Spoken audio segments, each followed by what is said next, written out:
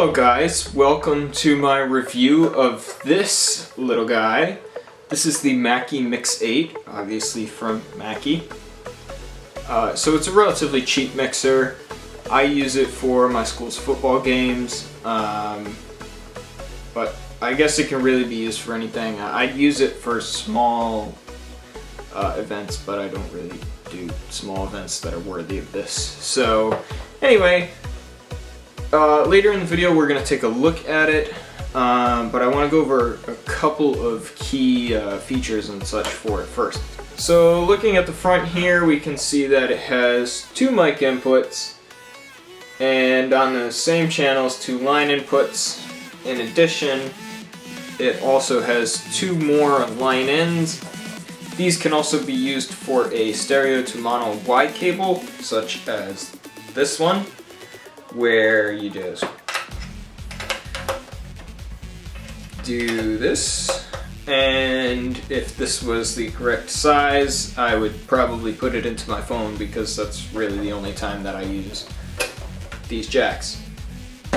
Anyway, on the lower section of the board we have more inputs and outputs. There is a tape input or RCA and output.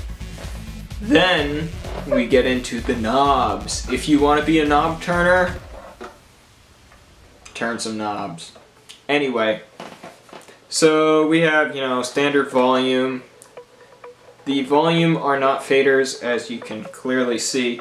They're all knobs. There's no size change for the master, which I would have expected, but it's not really too big of a deal because I use this mixer like 10 minutes a year.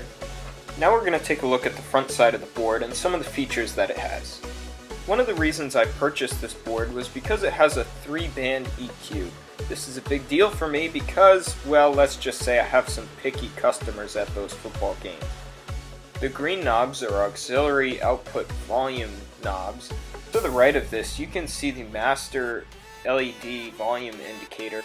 Above all this is the outputs. It does not include XLR outputs, which for me was a bit of a bummer. But anyway, I still like the board. Now let's look at how I store it. Tips I have on transporting this board. Yes, it's small. I wouldn't recommend some huge road case for it. I'll show you what I use. So what I use to transport it is some of the original foam that it came with. I think it went on here. It went like that, okay? So you can see that that goes right over all the knobs.